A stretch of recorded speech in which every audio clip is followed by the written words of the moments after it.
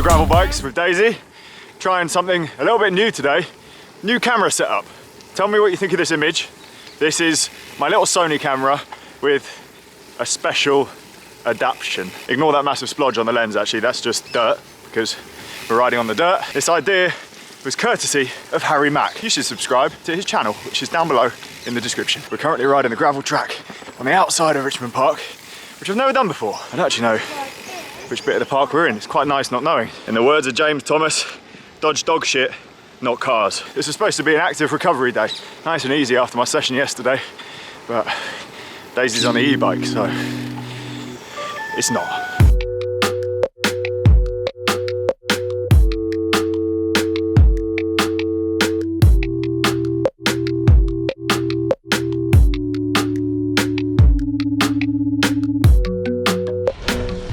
You enjoying this? Yes.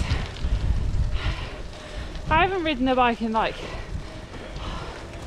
2 weeks. Why, if you're suffering, why have you got your phone out?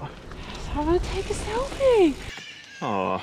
Yeah, I like it. I used to do this as like a kid all the time, so it's quite funny doing it now. But it's nice. It's just so many dogs. There's a lot of dogs. We're trying to figure out if you're allowed to have dogs on leads in Richmond Park or you're allowed to have them off. Since the Fenton incident. It's like they just get in the way, don't they? You can't control an animal, but if you're walking on a path that's shared with lots of other things, maybe just keep it on a lead. I don't know. I don't want to upset dog people, but... You are a dog person. No, I don't have dogs, so I can't say it. Problem is, right, Daisy's e-bike on a flat road ride cuts out at 25 k's an hour, so I can keep up. But when you're riding gravel around a hilly park, it's basically engaged all the time, so it's not really ideal for a recovery day. Can you turn it down? It's on the lowest setting. Alright, mate. What are you doing? Stop pressing things. It's an IED. That's really annoying. There's dirt on my camera. There is actually, that's considerable.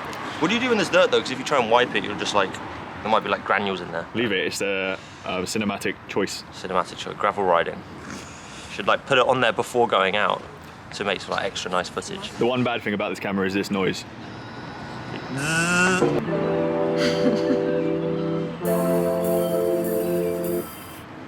My eyes out.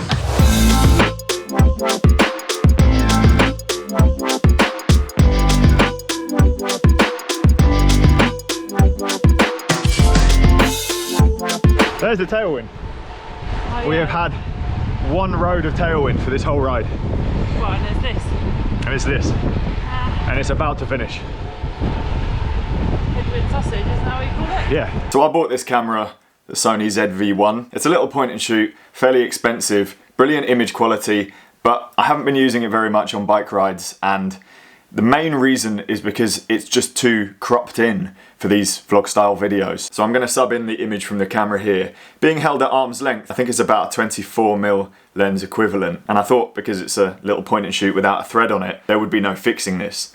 Harry, however, has found a brilliant solution. Oh wow, that looks weird. This is a Ulanzi WL1. Which just stands for wide lens 1. And it works in a very similar way to those smartphone detachable lenses, just a little bit bigger. You basically stick with 3M tape this threaded section onto the lens of your point and shoot, and this will work on Sony RX100s and older cameras as well. Anything with the same size focal ring at the end of the camera. This is the difference. If you look at the bikes in the background and the wardrobe there, can you see how much more space you get? As well as getting a slightly wider image out of the camera, when you run a wide lens, it also looks a lot more stable, which is quite an important thing when you're riding a bike. So yeah, I think I might end up using this a little bit more than I have been. I mean, it is stuck on with sticky tape. I hope it doesn't come off. Now, the next section of today's video is brought to you by Brexit. I don't know exactly what laws are involved, but Wilier send and lend me bikes to test sometimes. As you guys know, I've had the Cento 10 SL and the Falante, the new aero road bike, for a couple of weeks now, but they've got to go back to Italy because of Brexit. So now I'm a little bit pushed for time and I need to send them back tomorrow.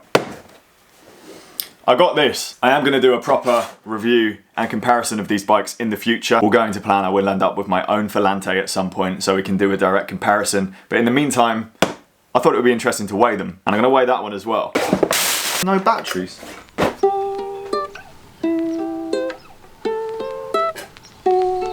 Zero SLR, 7.01 kilograms. Kilograms? Kilograms.